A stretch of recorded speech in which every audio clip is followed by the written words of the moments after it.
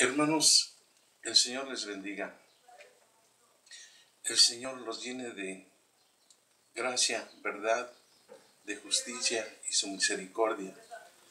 Hermanos, en este día vamos a hablar sobre la sana doctrina, porque hay muchos predicadores y muchos teólogos, conferencistas, evangelistas, que hablan de la sana doctrina, que ellos la predican, pero hay pocos así que enseñan cómo es la sana doctrina y en qué consiste la sana doctrina. Y ahora este estudio es sobre la sana doctrina. Y hermanos, les voy a pedir un favor a todos los que me oyen en los que me están viendo en cualquier parte, que oremos por una persona, una hermana en Cristo que está enferma. Se llama Consuelo Pacheco Pérez. Que nos unamos en oración para que el Señor le dé sus bendiciones y de su justicia y le dé la sanidad. Gracias, hermanos. Lo siguiente lo sacamos de la segunda de Corintios 4:5, donde nos dice el apóstol Pablo que el 4 y el 5, en los cuales el Dios de este siglo cegó el entendimiento de los incrédulos, para que no les resplandezca la luz del Evangelio de Cristo, el cual es la imagen de Dios, porque no nos predicamos a nosotros mismos, sino a Jesucristo como Señor y a nosotros como vuestros siervos por amor de Jesús. Aquí nos está diciendo el apóstol Pablo que no nos predicamos a nosotros mismos, sino que al que debemos de predicar es a Jesucristo. Y la sana doctrina consiste en que nosotros le demos al Señor Jesús, que sea Él el centro de nuestra predicación, que Él sea el centro de nuestro estudio, que Él sea el centro en todo, y que si nosotros predicamos, ¿a qué vamos a predicar? Es a Jesucristo, su Evangelio. Entonces, hermanos, aquí el tema es que Cristo debe de ser para nosotros el número uno, el primer lugar. Ese es el corazón de la Biblia. Es el centro, Él es el centro de toda predicación, el corazón de toda la Biblia. Si nosotros leemos los libros del Antiguo Testamento, vamos a encontrar al Señor Jesús en cada libro. Entonces, si nosotros vamos a predicar un libro, por ejemplo, Levíticos, o predicamos un libro así de algún profeta, Isaías, o si predicamos un libro de, por ejemplo, Nahum, todos hablan de Jesús. Y entonces es el centro de nuestra predicación. Siempre debemos estarlo predicando a Él, porque Él es la justicia de Dios. Dios planeó un evangelio y Dios nos dio toda una justicia y una obra por medio de su Hijo Jesucristo, que la obra Él fue el que la hizo. Él fue el que cumplió toda justicia. Él fue el que se bautizó y Él fue a la muerte de cruz, y con su sangre ahí redimió todos nuestros pecados y nos llevó juntamente a resurrección, y ahí tenemos el nuevo nacimiento. Entonces, la sana doctrina consiste que sana quiere decir salvo. Entonces, si nosotros predicamos la sana doctrina, siempre debemos de estar predicando la salvación, porque es muy importante que nosotros prediquemos la salvación. La salvación debe ser el centro de nuestro estudio siempre. Siempre nosotros debemos de poner adelante así la obra de Dios, lo que Él hizo. Y entonces aquí nosotros vamos a leer algunas citas. Por ejemplo, 1 Timoteo 1:10 nos dice aquí, dice, 1 Timoteo 1:10, dice, según el glorioso evangelio, dice, para los fornicarios, para los sodomitas, para los secuestradores, para los mentirosos y perjuros para cuanto se oponga a la sana doctrina, según el glorioso evangelio del Dios bendito que a mí me ha sido encomendado. Aquí dice que la sana doctrina es el glorioso evangelio. Entonces, nosotros vemos en 2 de Timoteo también que nos dice, 2 de Timoteo 1:13, nos dice: retén la forma de las sanas palabras que de mí oíste en la fe y amor que es en Cristo Jesús. Aquí el apóstol Pablo está diciendo que retenemos la sana doctrina, la sana palabra.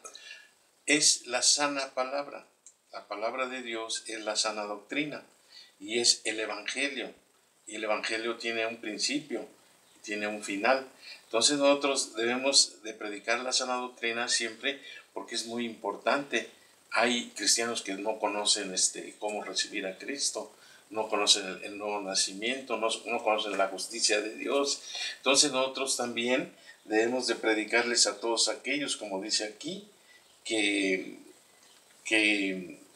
es a todos.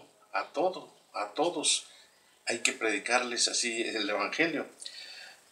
Dice Tito 2:6, aquí nos está hablando así Tito 2:6, que los ancianos sean sobrios, serios, prudentes, sanos en la fe, en el amor, en la paciencia. Las ancianas asimismo sean reverentes en su porte, no calumniadoras, no esclavas del vino, maestras del bien, que enseñen a mujeres jóvenes a amar a sus maridos y a sus hijos, y a ser prudentes, castas, cuidadosas de su casa, buenas, sujetas a sus maridos, para que la palabra de Dios no sea blasfemada. Exhorta asimismo a los jóvenes a que sean prudentes. Nos está hablando aquí de la sana doctrina, que cómo debemos de predicarla, pero debemos de saber que es el Señor Jesucristo. Él es la sana doctrina, Él es la justicia de Dios. Tito 2:8 nos dice aquí: palabra sana, irreprochable, de modo que el adversario se avergüence y no tenga nada malo que decir de nosotros. Es el evangelio, hermanos, lo que Dios diseñó. Entonces Mateo 15:9 nos dice, aquí Mateo 15:9,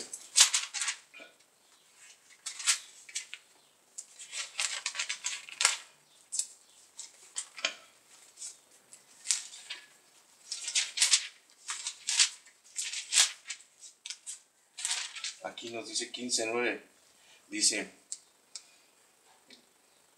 pues en vano me honran, enseñando como doctrinas de mandamientos, como de hombres. Aquí lo que nos está diciendo, y lo que está diciendo aquí en el Evangelio de Mateo, el Señor Jesús, que en aquellos tiempos ya los hombres, los judíos, los fariseos, ellos predicaban así doctrinas, dice, mandamientos de hombres. Y ahora vemos que hay mucha doctrina de hombre. Le meten mucho al evangelio doctrina de hombre. Y eso no está bien. Nosotros debemos de hablar las palabras de Dios, la palabra sana, la palabra fresca y nueva, pero siempre dirigida así a Cristo Jesús. Ese es el evangelio. Aquí Mateo nos está diciendo que el Señor Jesús, que ya en este tiempo predicaban ya doctrinas de hombres. En Marcos 7:7 también aquí nos dice que también en aquel tiempo ya las predicaciones ya eran de hombres.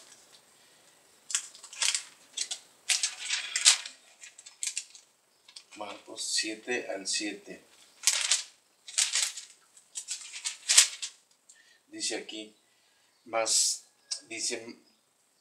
respondiendo desde el 6, respondiendo él les dijo: hipócritas, bien profetizó de vosotros Isaías, como está escrito: este pueblo de labios me honra, mas su corazón está lejos de mí, pues en vano me honran, enseñando como doctrinas mandamientos de hombres. Y esto lo tenemos ahora, sí, hay mucha palabra de hombres, doctrina de hombres, mandamientos de hombres. Esto debemos de verlo, debemos de ver, voltear a ver los ojos dice en Hebreos que debemos de tener puestos nuestros ojos en el autor y consumador de la fe, que es Cristo Jesús. En Él siempre deben de estar puestos los ojos. Los apóstoles, ellos nos dan testimonio, porque ellos siempre estuvieron poniendo los ojos en Jesús y nos explican y nos dan cuál es el testimonio que ellos vieron. Hebreos 6.1. En Hebreos 6.1 aquí nos habla una gran verdad de la doctrina, así dice, por tanto, dejando ya los rudimentos de la doctrina de Cristo, vamos adelante a la perfección, no echando otra vez el fundamento de arrepentimiento, de obras muertas, de la fe en Dios. Aquí hay obras muertas y dicen, yo creo en Dios, yo tengo fe en Dios, pero hay obras muertas. Y esas obras muertas es en la palabra de hombre, doctrinas de hombres. Esa doctrina es muerta aquí, y dice aquí, nos dice en el libro de los Hebreos que debemos de dejarla. Cristo es el corazón de la Biblia, y nosotros debemos de andar buscando siempre el corazón, que es Cristo Jesús, y debemos de buscar su palabra, lo que Dios le dio al Señor Jesús, que Él nos trajo también como un plan perfecto, como una obra que Él hizo por su cuerpo, perfecta, y que les dio a los apóstoles lo suficiente para que ellos escribieran estas cartas y estos evangelios. Y entonces, si nosotros vamos a predicar un evangelio, nosotros siempre vamos a poner adelante al Señor Jesús. Vamos a poner su justicia, la justicia de Dios. ¿Por qué la justicia de Dios es muy importante? Porque son las primeras palabras que el Señor Jesús dijo cuando Juan el Bautista lo bautizó. Dice, mira, deja ahora, porque ahora conviene que cumplamos toda justicia. Entonces dice que Juan le dejó. Entonces ahí se cumplió toda justicia, como el Cordero de Dios que quita el pecado del mundo. Y después Él fue a la cruz cargado de pecados, que en el bautismo de Juan Él recibió ahí todos los pecados de la humanidad. Él fue a la cruz y con su muerte y con su sangre Él los redimió, y fue a resurrección. Ese es el evangelio.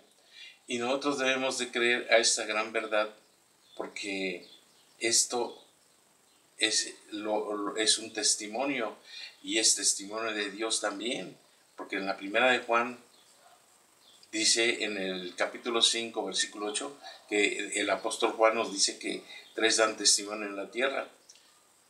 Dice que el espíritu, el agua y la sangre, y estos tres concuerdan. Estos tres concuerdan porque es un paso del evangelio, que es un paso de un evangelio completo y que da testimonio. Si tres dan testimonio en el cielo, que es el Padre, el Verbo y el Espíritu Santo, y estos tres son uno, entonces también tres concuerdan aquí en la tierra y son uno, que es el Espíritu, el agua y la sangre. Entonces el Señor Jesús, Él pasó por un bautismo que debemos de predicar y ponerlo en alto, y es como número uno. Siempre en cada predicación no nos debe de faltar el Espíritu, el Espíritu, porque allí estuvo en el bautismo del Señor Jesús. No nos debe faltar así el Padre, que también estuvo allí, y Él dio su aprobación. Entonces allí en el bautismo del Señor Jesús, ahí estuvieron los tres, el Padre, el Hijo y el Espíritu Santo.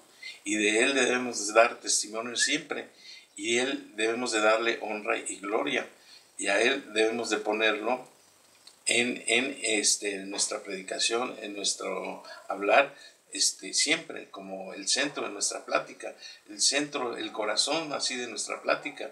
Siempre debe de ser el adelante. Su evangelio debe ser primero, antes que todo. Pero yo oigo ahora mucha predicación así de los hombres, que dan testimonio de sus vidas de ellos, dan testimonio de lo que han vivido, que eran inconversos y ahora que son convertidos, pero no ponen al Señor Jesús, su evangelio en alto como número uno. Hermanos, Dios les bendiga y les guarde, y la justicia de Dios siempre esté con ustedes. Hasta pronto, hermanos.